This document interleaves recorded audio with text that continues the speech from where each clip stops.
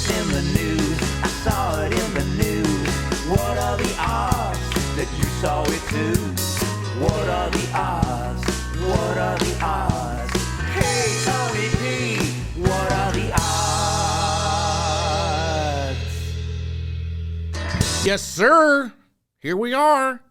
What are the odds? I don't know. Hey, speaking of odds, I saw on TikTok today some dude put like a FanDuel bet or something on an NBA playoff game, and he was betting on the exact score, which I've never seen people bet on that. I should have known better because people bet on everything, including like the coin flip of football games. But he was betting on the exact score. I want to say like he had bet it would end 108-115. And assuming the video's correct, you know, it could have been fake, but whatever. It was like 112 to 108 or something. And he needed 2 free throws. The player hit the 2 free throws. He needed the other team not to hit like a long distance 3. They tried and they missed it. And it was, the odds were plus 23,000, which is insanity. So he bet $25 and won like $5,000 because it was such weird odds. So yeah, those were the odds. Speaking of the odds, thank you, Greg, for the awesome theme song. I got to get my Hungry Root plug in. Yo, I've been slacking. I have been slacking on the Hungry Root. You can still go to TonyPHenderson.com and get $50 off your first order. I'm still ordering it. I still love it. There's a couple meals I just hadn't made. I've been busy, skipped over it, whatever. But I got to make something tonight. Matter of fact, while we're on the line here, let's do it right now because that's what we do on this show. I just do what I want. So I have another podcast. This is my solo show. I have a panel show with 3 other friends called In Addition. And it's just an excuse. Like, we just do what we want. We just hang out. Like, we have topics and we make them episodes. And, like, it all works, but it's just like friends hanging out, man. What am I making tonight? I think tonight, grilled pork fajitas. That's what we're doing. I think tonight we're going to make the grilled pork fajitas, 2 servings. So then guess what I'm having for lunch tomorrow? Grilled pork fajitas. Speaking of food, I got to tell you this story so I can put it in the archive and move past it. Went to go see a comedy show this past weekend, right, in downtown Orlando. You know, I've been here, I don't know, 10, 11 months. No, it can't be 10, 11. Moved here in October. I don't know. Do the math. October minus today, whatever that is. Been here a little while now. And I've never been to downtown city center of Orlando. I've been around it. I went to a basketball game once, but like just to the stadium and left. I haven't like walked around. I haven't seen what the little downtown Orlando area is like until last weekend. I was going back that way this time for a comedy show. And there's this like real like fancy hotel right near the theater. And the fancy hotel has a fancy restaurant. And I was like, I don't want to do that. I don't want to stay at the fancy hotel. I don't want to eat at the fancy restaurant. But they also had like a little casual, like fancy lounge. I was like, oh, okay. All right.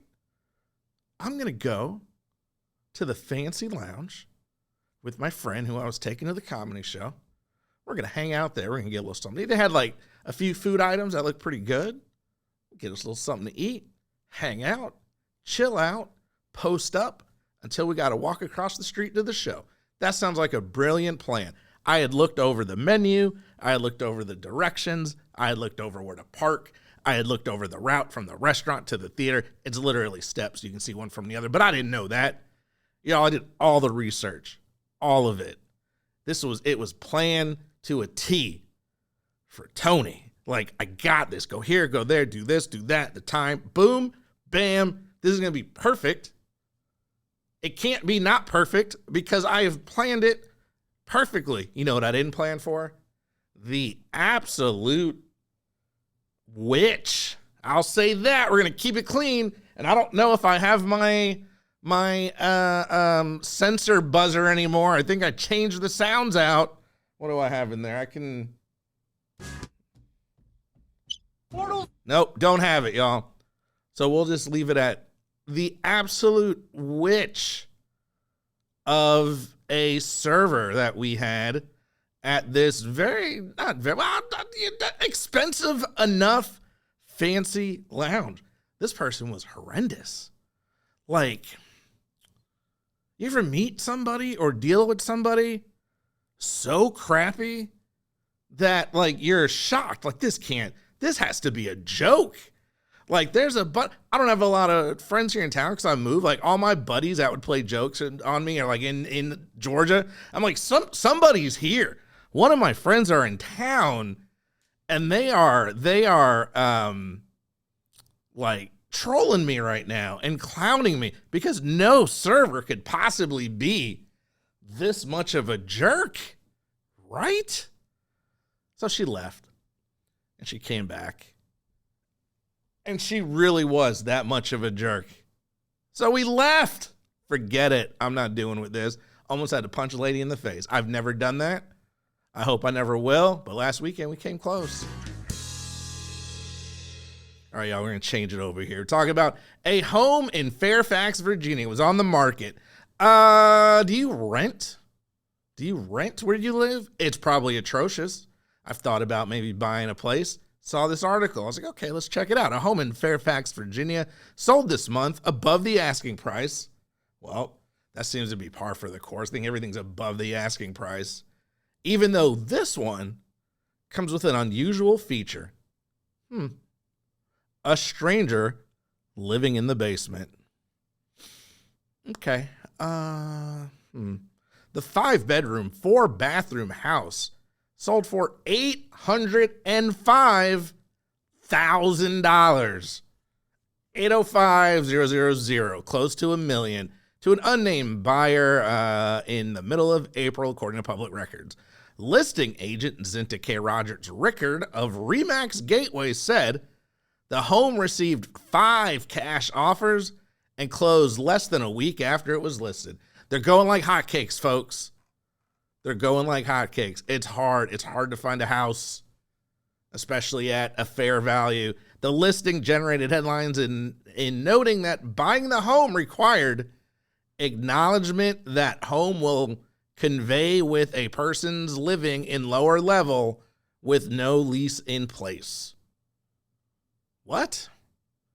Buying the home required. And I quote, acknowledgement that home will convey with a person's living in lower level with no lease in place. No wonder they signed that. I have no idea what that says. I have no idea what that means. I'd be like, excuse me, I have a question about this part right here. No access to see the lower level, the listing added. Okay, so there's no way. There's absolutely no way I would spend I don't have $805,000, so let's not fool ourselves. I wouldn't spend $100,000 on a house or anything if there was no access to see the lower level. I want to see the whole thing. I want to see all of it. If I go to like anything, like a arcade or a museum or a movie, I want to see all of it. So I'm sure not buying a house. 2 days after the home was listed, the Instagram account Zillow Gone Wild posted about it, noting that it came with a specific clause in the purchase price. The post garnered 35,000 likes and comments from users speculating who could be the basement tenant. $800,000 for 5-bedroom, 4-bath, and your own serial killer, one user commented. Is the basement haunted? It feels like the basement is haunted, another wrote. However, before the sale closed, Rodgers-Rickert, I think that was the Remax person, told the New York Post that the seller was an elderly man who was ill in the hospital, and he had offered the basement dweller a place to stay 3 years ago after she cleaned his home and convinced him that she needed a place to stay. She offered her the basement, but then the woman never left, and she does not pay rent. Boy,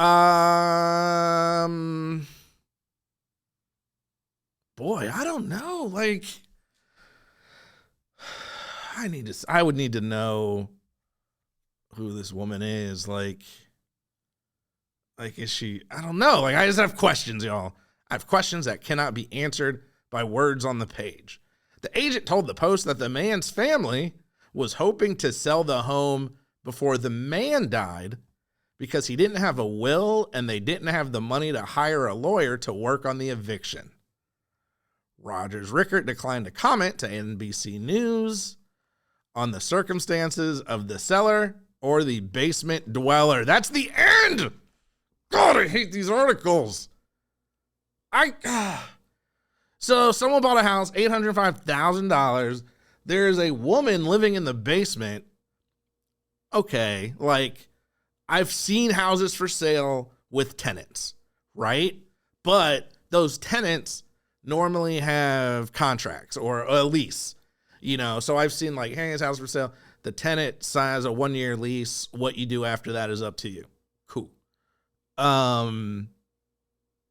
At least in Georgia, I know you have to give, like, any apartment or anybody renting your space, you have to give 30 days. You can evict them, I believe, maybe at any point with enough notice, and there has to be notice.